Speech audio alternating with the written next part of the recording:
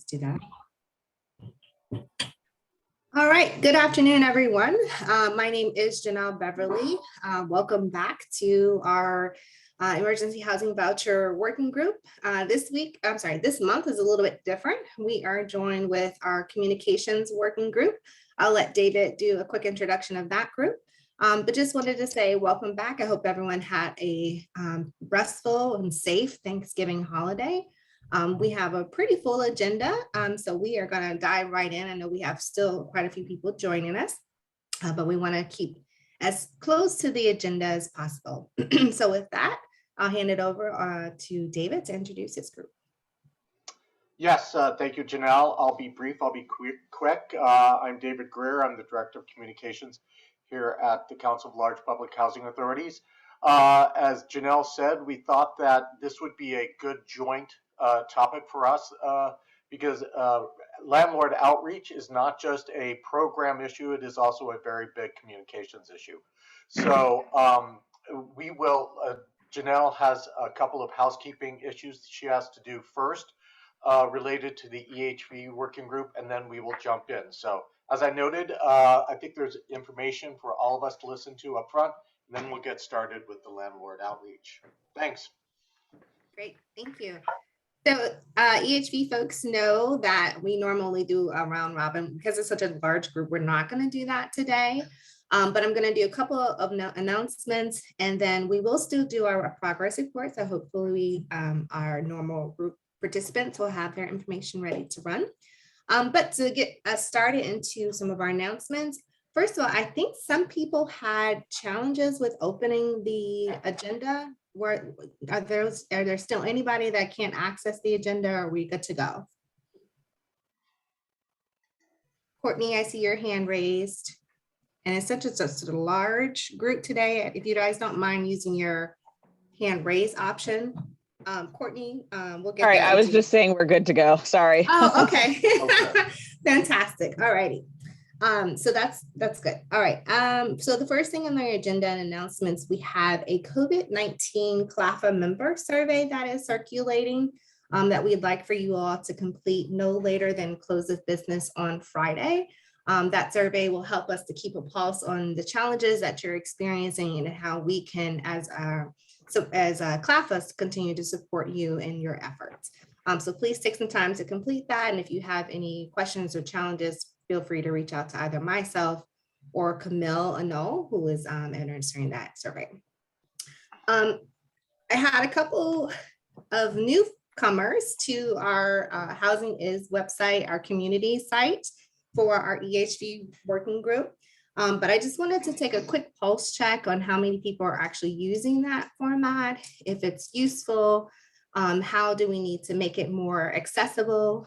Because I know we have about maybe 20 to 25 people now on our EHV working group, but we only have about 8 or 9 people using the Housing Is website. And that is, just as a reminder, the main format that we're sharing agendas, materials that some of you have been so kind to share with each other. We upload that there. So I just wanted to get a quick pulse check if anyone's having trouble accessing it. Would email be easier? I know so I've had a couple of people reach out to me and ask to make introductions to some of the other EHV working group members. I want this forum to be one where folks can feel free to communicate with each other. So please don't hesitate to email the full group, but if it would be helpful for us to have a listserv versus us having the Housing Is website, I'm open to that as well. We just need to figure out internally how to do that. But I just wanted to get from the EHV working group any feedback on that.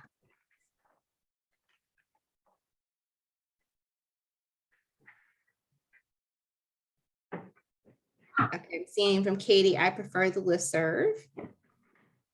And folks, don't feel free to unmute your line. This is an open meeting. And I'm seeing Ingrid having difficulty accessing. Can you email instructions? Yes, I can. Any other folks with questions, concerns about that before I move us on? Okay, so we'll continue to use that format to share information. I'll continue to share the instructions. And then we'll look into also using a listserv. I think having both would probably be helpful for the group. And we are quickly headed towards the holidays. With that, we've decided to cancel our December 20th EHV Working Group meeting to give us a little bit of a pause period to reset for setting our agenda for the new year. So I canceled that on everyone's calendar. Hopefully it's not still showing up on your calendar, but we will resume our normal calendar meetings on January 31st. And as always, if there are any major updates or things that we need from you in the interim, I will email you directly. Some important EHV updates. We have been talking about EHV FAQ version 0.7 for a while now, and it came out yesterday. So right in time for this meeting, but not enough time to give me to completely absorb everything that's in there. So I took a quick look at what everything was in there regarding what we were specifically asking about portability billing. And I have some updates for you all. Just give me a second, I'm gonna switch screens so I can see it. One of the questions that we had was about how to do portability billing when there is EHV involved.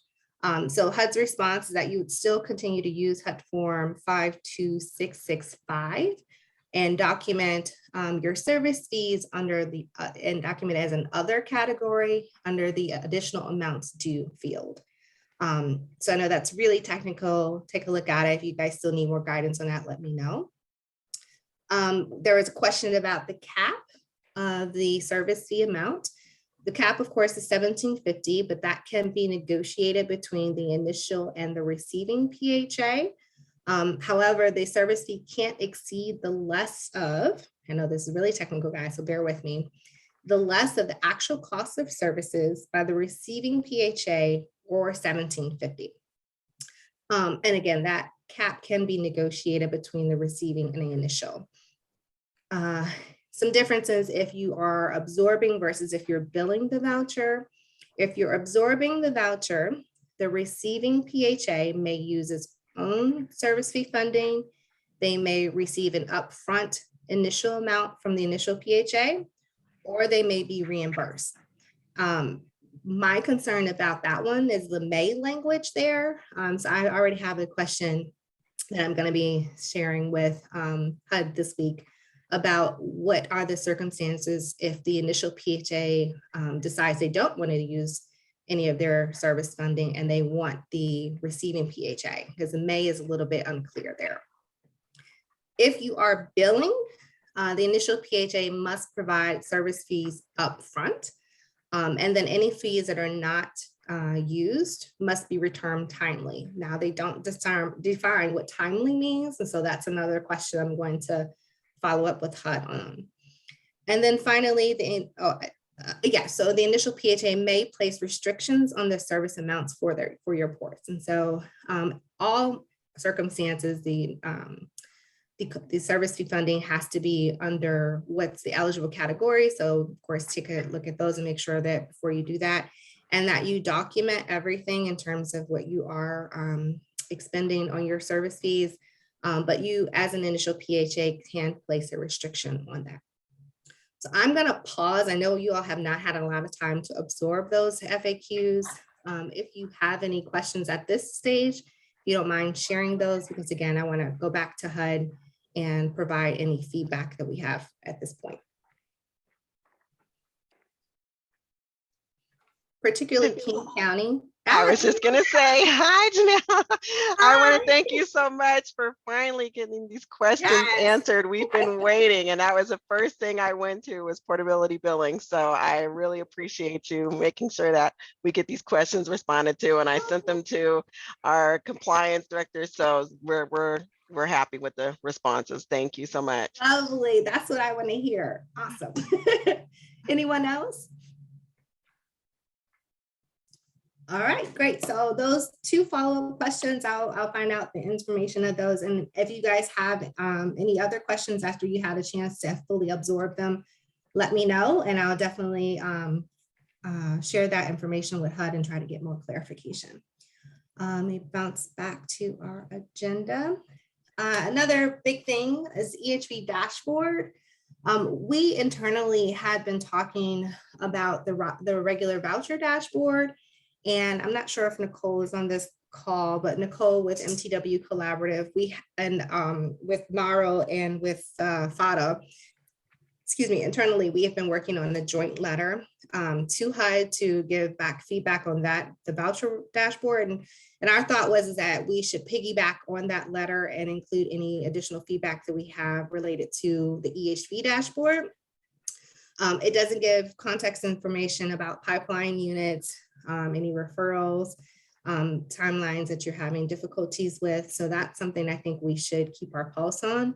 But if any of you have had the chance to play around in it, I'm curious what your thoughts are and if you've had any other major concerns that you want us to include in that letter to HUD. I just want to also quickly mention the dashboards could also be, I think, because they don't provide the context that Janelle mentioned, the media could jump into these things and really get information incorrect and not understand the context. So I also encourage some of the communications folks to look in there as well and offer any comments as well. We find, as Janelle said, that the media could go in there and find all sorts of ways to spin the information without having all of the correct context around it. So just be mindful of that to the communications folks. This is Nicole with the MTW Collaborative. Just wanted to kind of piggyback on what Janelle and David just said. We also have seen some data coming from that HCV dashboard show up in congressional hearings already, where we felt like the data was being a bit misrepresented. So I think it's a concern for any of the external folks who might be looking at and trying to take some conclusions away about the way you guys are spending your money on vouchers. So definitely a concern we have, and Janelle and I are working on that letter. So if I can add, this is Margarita with the City of Los Angeles. So I, concur with everybody's comments and actually wanted to share with you that we've gotten a lot of calls here in LA from reporters, for their reporters and their communities, right? That are looking at this dashboard and saying, hey, can you help me understand how my city is doing, how my county is doing? How does that compare to your organization? And I think that's very unfair when calls like this come in, I have referred them back to their local housing authority. I said, I think you need to start the conversation with them. Every community is different. You can't compare, I'm just going to say it's Seattle or King County to Los Angeles. I would not want Los Angeles to be compared to, to a small city somewhere, in the United States, because that's not fair. So it's certainly being taken completely out of context. And I think that's actually very scary. And I think the other point that I wanted to share is that even every time you open the dashboard, it says as of as of 11/29. That information is very outdated.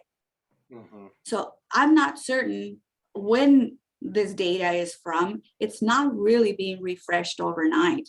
And I don't know if it really is coming from PIC as they say that it's coming from PIC. I'm not certain that it is, because if we go into PIC, yesterday, our numbers were a lot higher. I don't mean to sound defensive, but I think something that needs to be circled back to HUD is let's be fair and say this is, November 1st, not November 29th.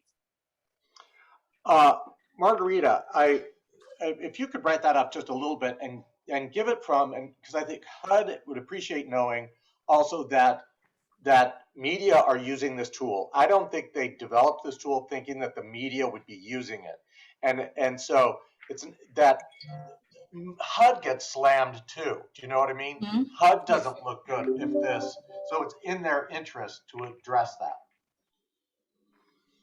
Absolutely. So you want me to send you an email, David? Is that? Yeah, if you could send me an email just highlighting okay, that you've had experiences with the media, how they've been getting it wrong, with the comparisons between, Seattle and you guys. Give mm-hmm. some of those specific examples. I think that would be helpful in what we share with HUD. Okay. Marguerite, can you also in the data inaccuracies is certainly something that's, I think, a huge issue so if you can even include a snapshot showing where that information is not accurate, that would be helpful too. So if you don't mind, like including me in that email as well, so I can talk Sure. with Danielle. Okay.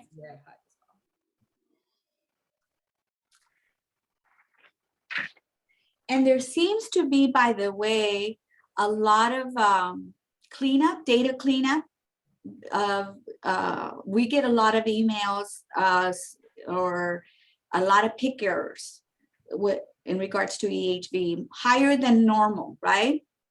And we try and resubmit, and it doesn't take it, And that leads me to also wonder about some of this data inaccuracy.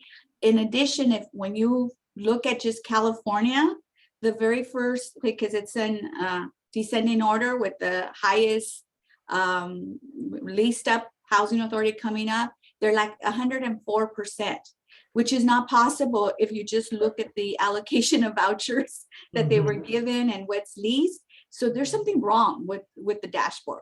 Okay, yeah, that's helpful to know. Are you seeing any consistent type of errors when you're doing your pick submissions for EHVs?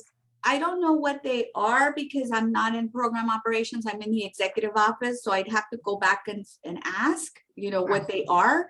But every night, every morning, we get like 10, errors. So resubmitting and resubmitting. Okay, if you can find out if there are any consistencies, because if there is an update that needs to be done to pick because of that, that would be helpful. Okay. Are any others experienced? I know they've been talking a lot about their EHV exception report and how in terms of like the billing and coding, and that's been some of the errors, but I haven't heard anything other than that. Are others having the same type of challenges?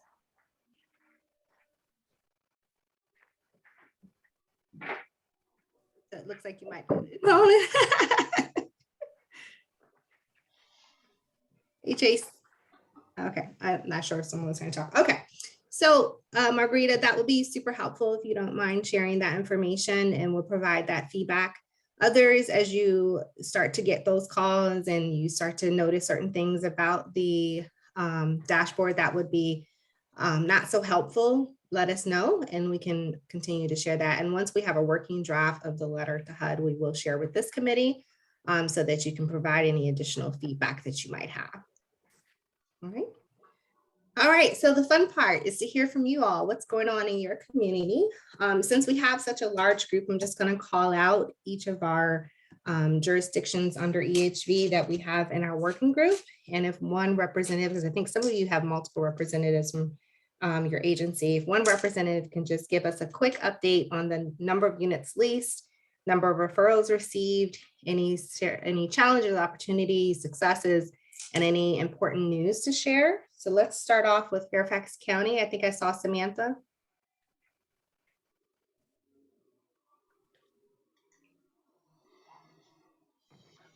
Samantha, can you hear us? Okay, I'm gonna jump to Pam while we're waiting on Samantha for King County.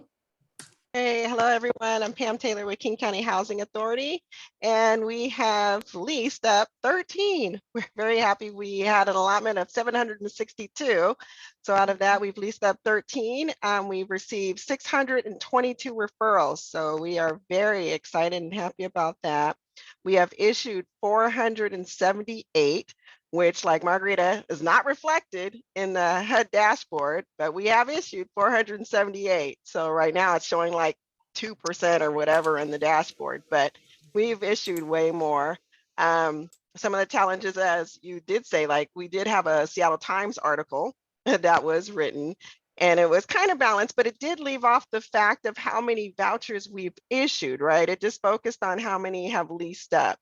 So we've, it leaves off the good work that our staff are doing, so we have people out there looking. It's just a challenging market and really need to spin it more towards landlords. We need help, so I'm glad we're having this discussion today. One of the challenges is staffing. So trying to issue this amount, this allotment, it's trying to get people up and trying to get people going and working with the COCs and the CBOs and finding the clients a second time, right? So we find them and get all the information and then, oh, now you have to do a briefing. So finding the clients and finding homeless clients again and trying to get everything signed, that's a challenge, because this population is a little bit more difficult to grasp and get everything signed off. So another thing is leasing up, right? During a moratorium, we have some challenges with landlords, of course. Port billing, which I'm very glad that we have some more understanding and clearer understanding of the billing process. And opportunities, I would say we are going to work with our asset management department for units that they have available, so we can partner with our asset management department. So we're very excited for that opportunity. We're excited with our navigators. So we're getting all our contracted navigators on board. So we'll have about 9 or so navigators. So we are very excited for this opportunity to work with them and really funnel our clients through them. And we're doing an contract. So these are not internal, they're external contractors. Also, we are looking at our payment standards. So revising our payment standards. We're seeing that most of our the people that are coming on, the applicants are usually single people or 1 bedroom. So looking at our 1 bedroom payment standards and trying to make sure that we have the market and we're marketing to those landlords too, specifically towards those. We're not receiving as many families. So it's more of like the 1 and 2 bedrooms that we're seeing and looking at the city. So trying to get more specific to what the data is showing. Successes, I'd say we created a joint dashboard within the region. So we have Renton Housing Authority, Seattle Housing Authority, and King County Housing Authority. So we're looking at, because we all share the same COC. So we're looking at the referral processes and we have consistent meetings every week. So we are really meeting together and coming up with ideas and sharing data and information to make this a success. We are internally, we have a big collaboration, right? This is all hands on deck. It's our agency's initiative. So everyone is, it's like every hand on deck is involved in it. So it's a wonderful collaboration within all of our departments. Also, we have developed a briefing video and we have a application, how to fill out our application video. So it's brought out some creativity, within our agency and departments and, leadership abilities. So we're seeing a lot of new creativity. We're using DocuSign, to have them sign their certification, their HCV. So we're just doing a lot of more creativity and things that come out and being allowed to really be flexible. So I'm really, using those waivers and everything to get everyone issued. So MOU went very, really successfully. We're doing also a MOU with the Housing Authorities, Renton Housing Authority and Seattle Housing Authority to accept port-in packets. So a lot of things that we've started like years ago, we're getting done just like this. So it's an excellent opportunity for us. And I think that's about it. That's so much exciting news. I'm going to ask for you to share the briefing video and application video so we can share with the rest of the community if they want to take some ideas. That sounds awesome. All right, Samantha, I saw your message says you think you're ready to go now. You're good to go? Can you hear me? Yes, we can hear you. Okay, sorry. So we, many of the same issues that I keep hearing, we are, first of all, we have 100% of our referrals received. So that's all 169 referrals for each of the vouchers that we have. So we're great there. We are having trouble keeping track of applicants once they are identified and referred over. We've been able to issue 60% of our vouchers, despite what the dashboard says. And part of that is because, we're leasing people up, we're getting signed leases, but it takes a little while, obviously, to get our signed HAP contracts back. So we're dealing with that. We have issued 60% of our vouchers already, and we've leased 15%. A lot of the issues that we are having are around fair housing right now.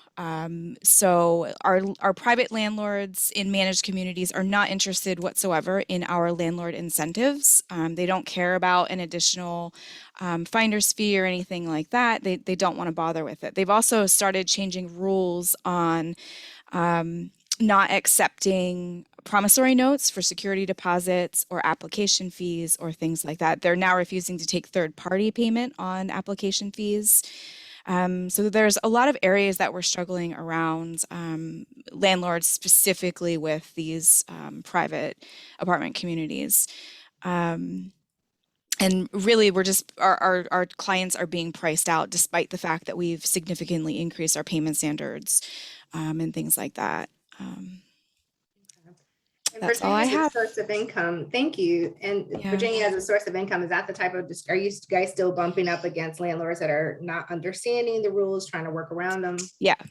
So yes, some of them flat out refuse to calculate the voucher income correctly, and others are finding other ways to get around it. So they're saying, no, you can come with a voucher. The newest thing actually that happened this week is they say, oh well, we no longer will sign contracts with third parties. So they're refusing to sign HAP contracts instead of saying we don't accept a voucher. Now they're saying we just refuse to sign a HAP contract. And so that's the newest thing. But for the most part, they're pricing people out by hiking up rent so high that either it exceeds payment standards or there's no comps in the area that we can compare it to. It's just a lot of really random things that all of a sudden are popping up. Mm-hmm. Okay, that's helpful. Thanks for that, Samantha. LA City, Margarita, do you want to do it? You're on mute. There you go. Okay. Challenges, what do you want? Success or challenges? Let's start with a positive. Let's go. Where are you all in terms of leasing and referrals? And then we'll do. Sure. Well, we received over 2,000 referrals. We have a fairly large program with an allocation of 3,365 vouchers. Our continued care, which is the Los Angeles Homeless Services Authority, actually, we have multiple housing authorities in Los Angeles. You know, the county has its own housing authority, the city of LA, and then there's 18 other housing authorities. So 7 of us received EHV vouchers. That means that the continuum has to make referrals to 7 housing authorities, with the city of LA having the largest allocation. The county of Los Angeles got close to 1,300 vouchers. And then the other ones are small programs with 50 vouchers, 20 vouchers, and so forth. But capacity is one of the major challenges that we have but even with that, I have to say that they came through and they've referred made about 2,400 referrals to us. As we're going through the referrals, there's definitely a lot of issues with the application issues. Application issues. We implemented all the waivers, all the streamlining waivers with self-certification of income, self-certification of identity, self-certification inspections, everything we possibly could do. We're taking full advantage of it. But we now have a lot of referrals with incomplete, believe it with not, with even missing signatures in different places, right? Not a signature, we can't do anything type of thing. So we have issued 430 vouchers, which don't show on the dashboard. And we have leased up about 50, we're around the 50 vouchers, which is low for a program our size. So how did this happen? So we started out with a really good plan, and our strategy, we thought we were being smart, that we were going to go for lease in place. We have a lot of folks that are in some kind of interim housing, like rapid rehousing type of programs. And so we felt that, okay, if you refer these folks, take the low hanging fruit, we can try and do lease in place. And we started through that process, but then something happened, and realizing we had all these folks in Project Room Key. These were the folks that were all living in unhoused and the most chronic homeless individuals and at risk of COVID, that we moved into motels. And they've been living in motels since March, April of 2020, and the funding ran out of that. So our city came to us and said, nope, whatever you're doing, put a stop And can you now prioritize these folks and stop reviewing applications for all these others and start reviewing those applications? So of course, these are the most difficult applicants to deal with, right? And so that's who we're working with, and we're not going to give up. We will get there and we're going to make it happen, but not in the timeline that we thought we were going to make this happen. Staffing has been a problem for the service providers, you know, the folks that are doing the engagement with the document specialists, with our continuum. They've had some staffing issues. We've had some staffing issues. It's been very difficult to hire new folks that are interested in doing this work. And we've had even new people that we hired since July, we've already lost. Just left us, you know, I don't want to do this type of work. So that's been sort of a big issue. And I'm sure that many of you are experiencing the same thing. Okay, great. Thanks, Margarita. So I'm gonna kind of pull us down a little bit so that we can get to the rest of our agenda. I'm gonna ask two more of you, and the rest of you, I'm gonna ask if you don't mind emailing me your updates so that we can just kind of keep ourselves informed. Yakima, how are we doing? Yes, thank you. I'll keep it very brief. I think the issues that other folks have talked about, we are experiencing in some way, shape, or form. But I would like to say, so we have a smaller program. We have 75 vouchers that were issued. As of today, we've had 113 referrals. We have 65 searching, and we have 16 that have been leased. And so with that, I'll just leave it at that for you, Janelle, so you can ask somebody else. Okay, thanks. And New York, I'm curious what's going on in terms of your with the transition that you guys have going on out there. What's going on? Hi, thanks. I was just going to message you all. Yeah. Many of the same issues everyone else has. Similarly, we have multiple PHAs and our COC was not really set up, and so it's great opportunity for collaboration, like Kent County was talking about. We are making progress, and you know, I can send you our numbers. I think we've got 108 moved in, but we have something like 4,000 referrals, and I just had it up, 600 vouchers, several thousand applications. It doesn't matter. But the issue that I wanted to raise that we've heard a lot from our provider agencies recently is that the prioritization of DV was such an incredible opportunity in this program, because DV providers have not had any access to vouchers really ever before.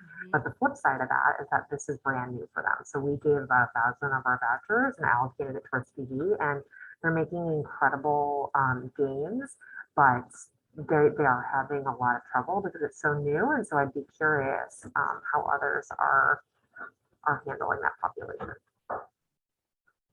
Yeah, thank you. That's really great. And that would be really great feedback to give to HUD as well. All right, I'm going to ask one more PHA, and then for the rest of you, if you don't mind sharing your updates over email. What about San Bernardino? Yeah, hi, good afternoon. I could go for San Bernardino. So we received 455 vouchers, and so far we've received about 378 referrals.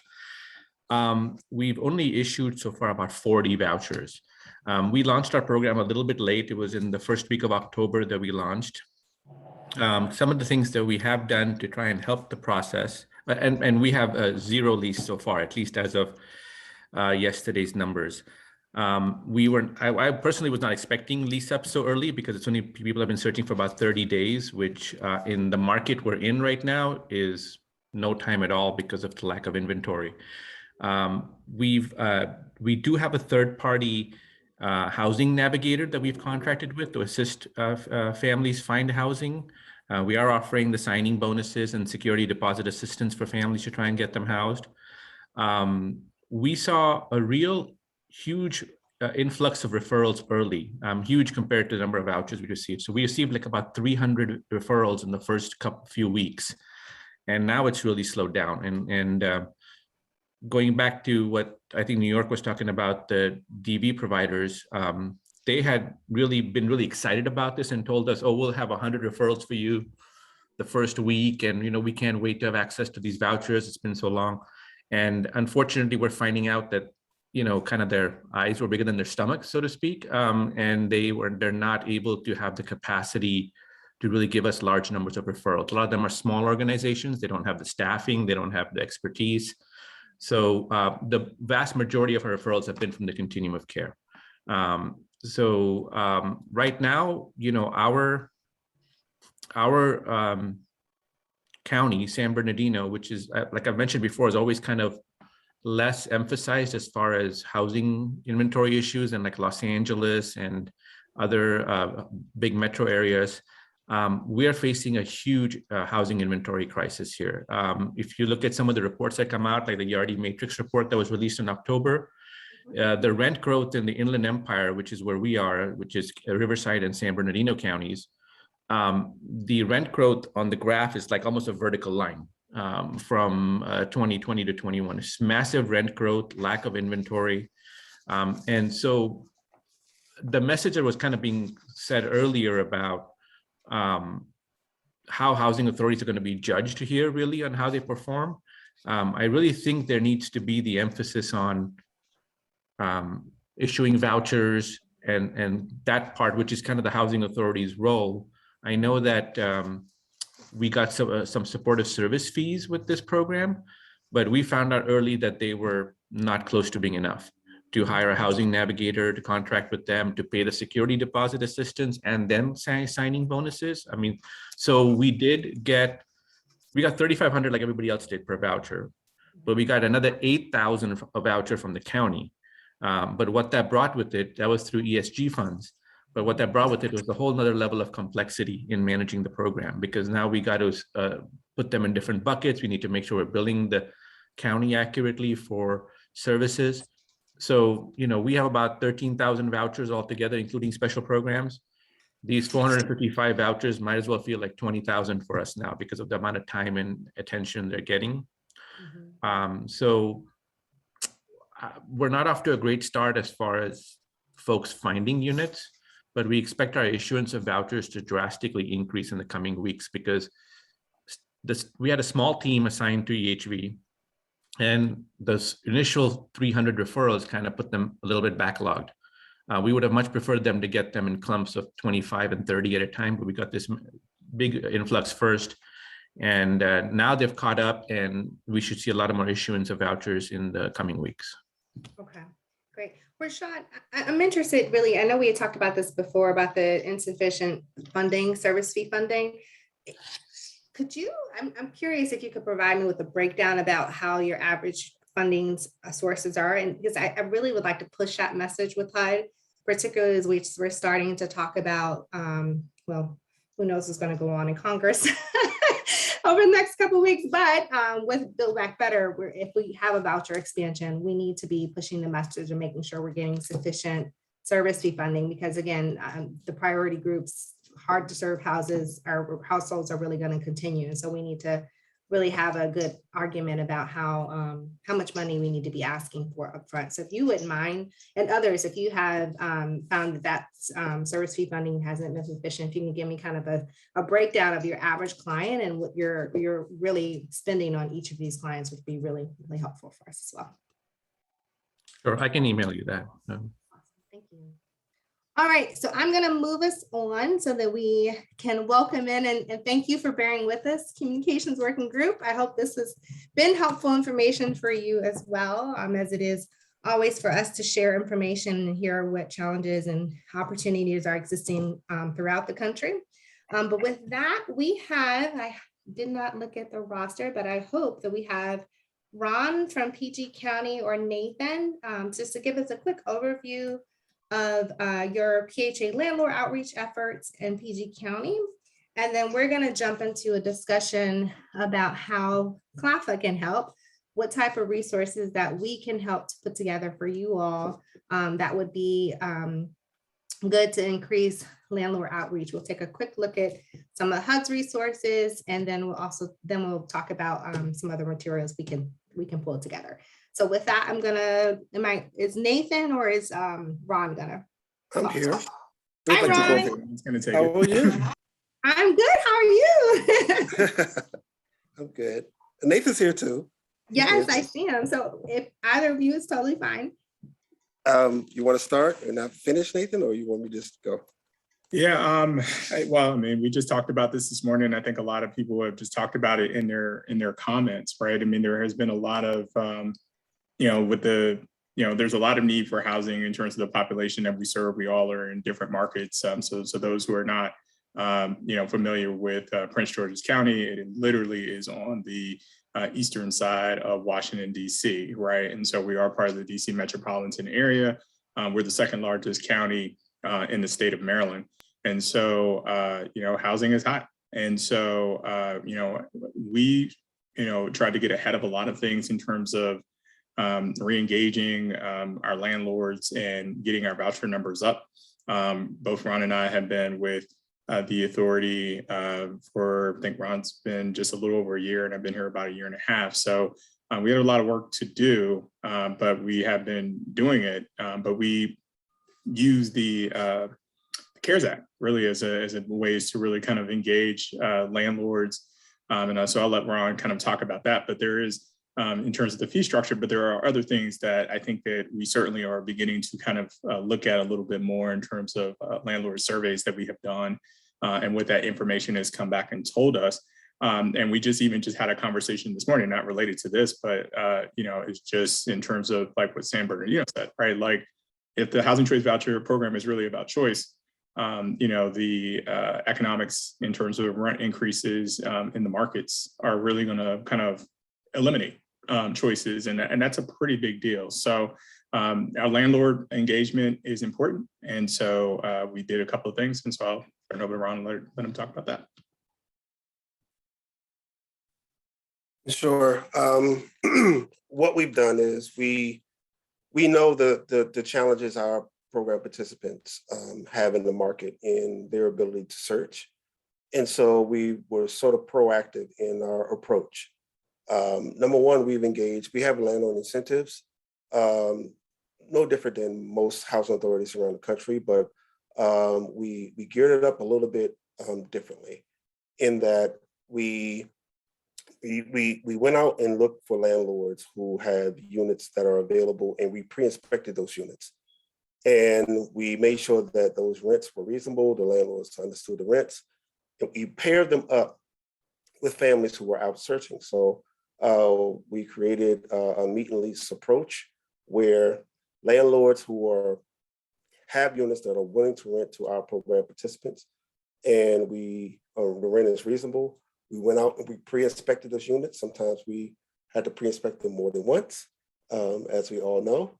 And once the unit passed inspection, we pair them up in the same group with families who are searching. And so what that meet and lease approach does is it enables landlords to be able to be very selective of the families that they choose, but also it takes the guesswork out of the families' ability to be able to search. And so families are able to have an abundance of landlords, an abundance of units throughout the county right at their fingertips. And landlords are able to reciprocate that in that I have a unit that's available, I want to rent to a family in the program, and it's all in the same location.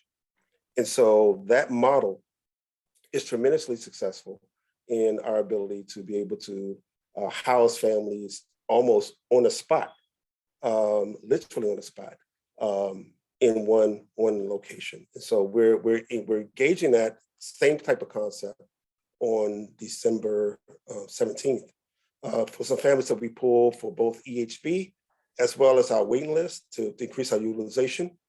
And what our hopes are, and right now we have about 60 or 70 units with a couple landlords, but that's without even marketing. When you do things like this, the word gets out amongst the landlord community, and they begin to talk to amongst themselves. And being very competitive within the market, making sure that you're competitive within the rent structure in the market always helps. But also engaging the landlords in a way that we have in the new ombudsman, that's they're sort of their point of contact, their liaison. They like that approach, the ombudsman approach. They like the point of contact they can contact when they have issues regarding their tenants, our program participants. We're instituting, which we promoted, a mediation component where if you're having issues, landlord having issues with your tenant, program participant, you have issues with the landlords, we're introducing a mediation component within our housing choice voucher program, which is a selling point to landlords. So now they know that if there's a separation, I don't have to go through eviction process. I have someone at the housing authority that I can reach out to that can help work through these issues, whether it's program participant or landlord. So those selling points, as well as the pre-inspections of units, are all relative towards our marketing approach. We continue to market and push out who we are, what our brand is, and things that we're doing to our landlord community. And as Mr. Sims indicated, our results from our initial customer survey came back a little bit positive, but not as positive as it's going to be as we begin to do more and more of these meet and lease approaches. So we're hopeful that this approach will continue. Even if we get new allocation of vouchers, we will continue to ramp up. We have a dedicated person to help with our families off our waiting list to search, but we also have a dedicated person using our special fees for our emergency housing vouchers as well. So that's been working out very well.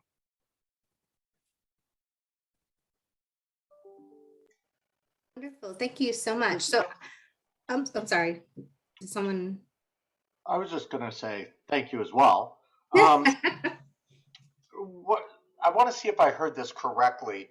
So you were basically saying like one of your landlord outreach tactics is essentially just landlord services, so that your current landlords know that they are being treated well, that they're being taken care of, that they're being heard, is a way to outreach to you're servicing your current landlords is a way to outreach beyond your current, because the landlord community hears that it's good to work with a housing authority.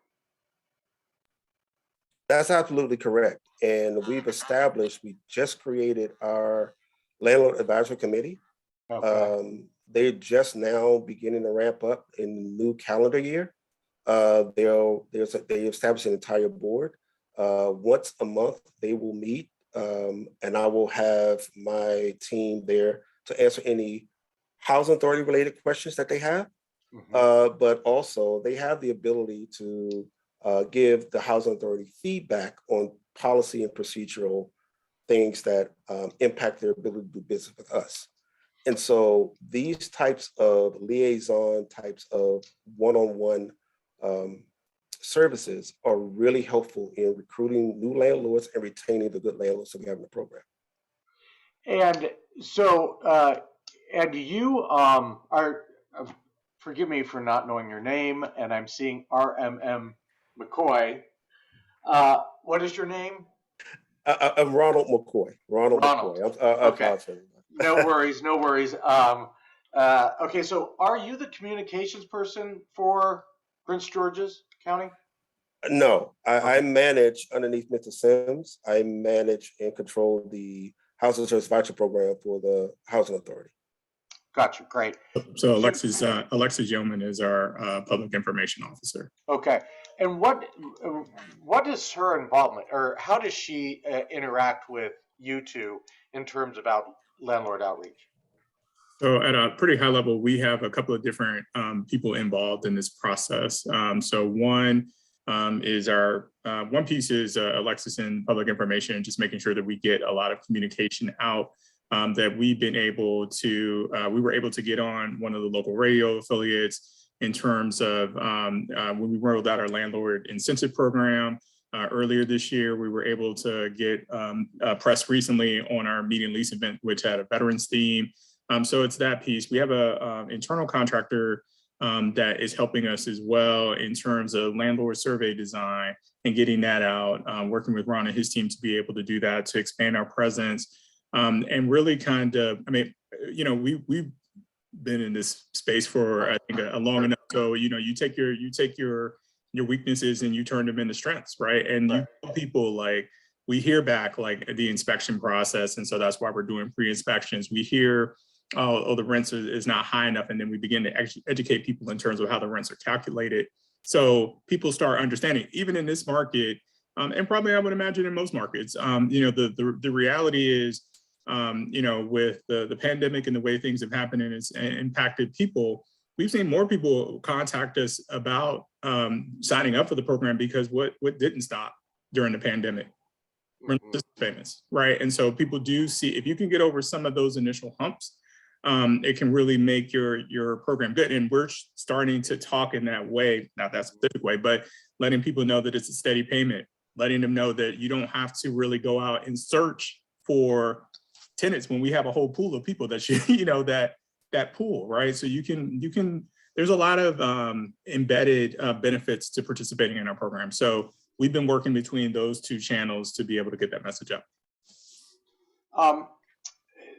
Does Alexi, so is she involved in these conversations? How does she interact? I mean, is she working with you directly? How is that happening? My point I'm trying to get to is does the communications person aware and involved in these, so they know when that it would be a good thing to communicate, like that the media would like to know about, or members, or, you know, residents would like to know about this?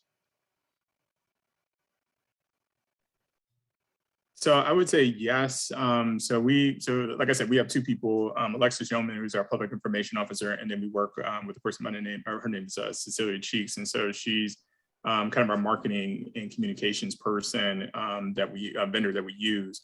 So, you know, outward facing in terms of the public piece, that's going to be Alexis. In terms of some of the marketing and the designs and the communication piece, has largely been Cecilia, okay, a combination of both Cecilia and Alexis. We did restart an agency newsletter. Our first edition of the agency newsletter went to our voucher holders and our landlords. So we got a lot of feedback back from that. And so there's just been a lot of I mean, our authority is only but so big. So we probably wear like multiple hats, and that's okay. So everybody's, you know, typically involved, and both of them would be involved in the process. Great.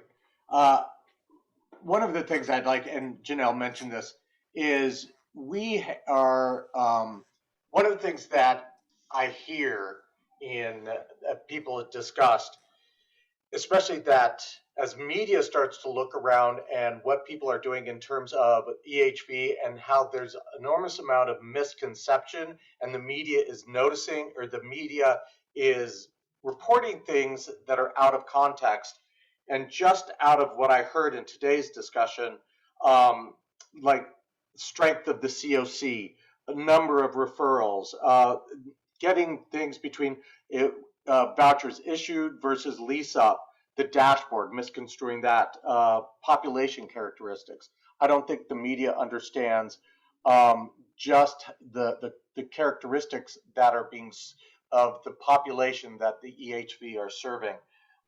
So there's a lot of things that I think for the media to get wrong, and that I'm hearing folks.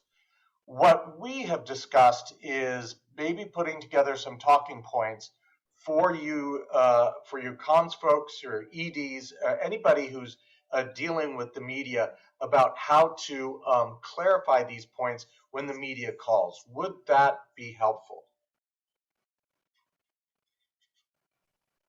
Be helpful for us. Yeah, great. Another thing we would like to do is also maybe put together a fill-in-the-blank press release, which would help you put out good news. For example, when you have a good number of lease-ups, when you have good news to put out, that will also help the media will get it correct when you're putting it out directly to them. And we thought we could create a fill in the blank. So essentially, it'll say all the information specifically, but you would fill in the numbers for your press release. And then we'd leave a space for the executive director or CEO to provide a quote along those lines. We thought that could be another helpful item.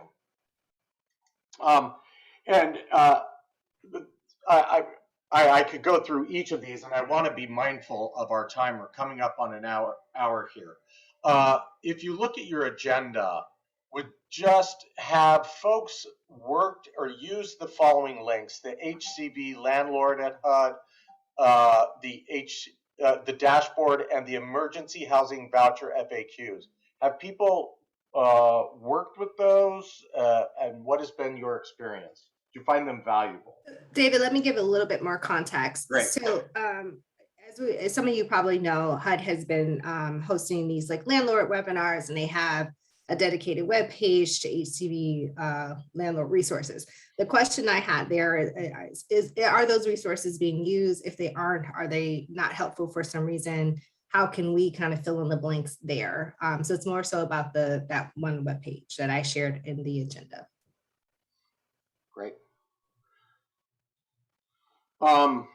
I'd like to open it up for any questions people have about either their questions about landlord outreach in the few minutes we have, about, are you doing great at it? Do you want some help at it? Is there anybody who would like to volunteer or just ask us a question?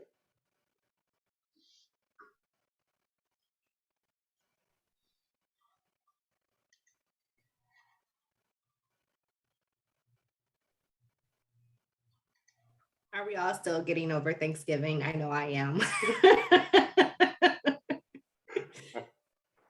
I'm Pam again with King County Housing Authority. We're looking for really partnerships and thinking outside of the box and looking at what kind of MOUs we could do. Are there any other housing authorities that are looking into that, partnering with large properties? Or I know we have one H&N properties that we work with, and that's like they have 800 so far of our participants. So we're looking into partnering with large property management companies.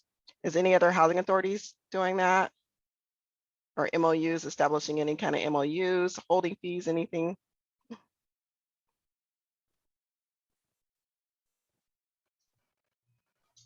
If not, that sounds like a great idea.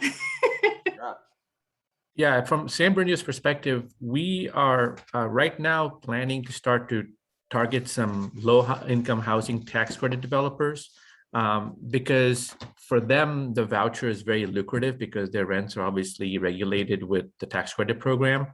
So we feel that, hey, they're always coming to us wanting PBVs for their development, right? When they want to get it going. So here's your chance to get vouchers. They pay just like it. And actually, we have a special payment standard for EHV. So we actually pay more than our MTW payment standard. So that's kind of right now in the planning stages. Is just really start targeting. We have a lot of tax credit developments in our county, and we want to start targeting them for because we feel it's kind of a mutual benefit. For them, it's obviously a higher rent on their unit, and for us, it's getting. Most of these are new developments. They're great developments, so we'd be happy to have our voucher holders stay there, live there. So I think it's a mutual benefit. So we haven't started the process yet, but that's in our planning, just because we know that we can make some inroads there. Rashad, this is Nicole with the MTW Collaborative. Sorry to interrupt whoever was just starting to speak. I was just curious, what's your thinking around the fact that the EHVs are more short-term and how you're going to kind of pitch those to the LIHTC folks? So to be completely honest, we're not focusing on that. We're focusing on, the fact that there's such a dire need to get these folks housed now. We're concerned about the 4-month timeline, them losing their voucher at this point. Yeah. And so now this is a much more macro point, but I'm sure HUD is not, or Congress and HUD are not going to want to have 70,000 people just kind of 70,000 families just kind of fall off, and there'll be some contingency plan towards the end of the, I think 2030 is the cutoff for these vouchers. So it's still far enough away where we don't think it's not like a 2-year, 1 year kind of falling off where what is the average residency for a light tech community? Maybe 5 or 6 years, right? 6, 7 years. This would fall within their average residency timeframes. And so that's kind of how we're approaching it. So we haven't focused on that, Nicole, to answer your question. Okay, thank you. Yeah. I just want to make a final comment, and I think we probably want to wind this up.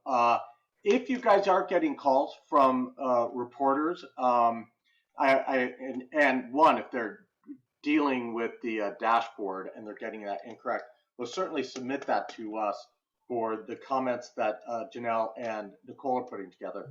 But also send those to me. I'd like to just see what's being said in terms of that, how the media is reporting this. I get my clips, but sometimes my Google News alerts won't catch everything. So please, and if you get out, if a reporter's calling you and you want to let me know, I'd appreciate that. Reporters tend to have tight circles of contacts, and they'll stay in touch with each other. So it'd be good to also know that. So I think I'm done. I want to keep us to our 1 hour. Do you have any closing thoughts, Janelle? So I just want to, in terms of the working product out of this group, I'd ask for you all any marketing materials that you currently have, and I know some of you have shared some things with me. If you wouldn't mind sharing those over email to myself and David, so that we can use those to start pulling together what we like to call like a communication toolkit, so that you all can have those resources at your fingertips. So please share that, and then once we start having a working draft, a part of the working product in this group will be to review it, give feedback, comments, things like that, so that we can share with the larger membership. But I'm excited for this partnership. I think we should probably have another one of these type of meetings in the new year to continue the conversation going and learn from each other about different ways that we can continue to target new and continue to retain our existing landlords. Because I know that's going to be a challenge, not just for EHVs, but a challenge for us going forward into the next year. So thank you all. You all know how to reach me. So if you have any additional feedback, things we weren't able to cover today, definitely send us an email and we can continue the conversation. We will not, again, talk in December, but we will probably be communicating over email. So if you have anything to share, feel free to do that. And I will do that as well. But until then, Merry Christmas. I hope you'll have a safe new year, and I cannot wait to talk to you all the next year. Thanks. Thank you all. Have a great afternoon.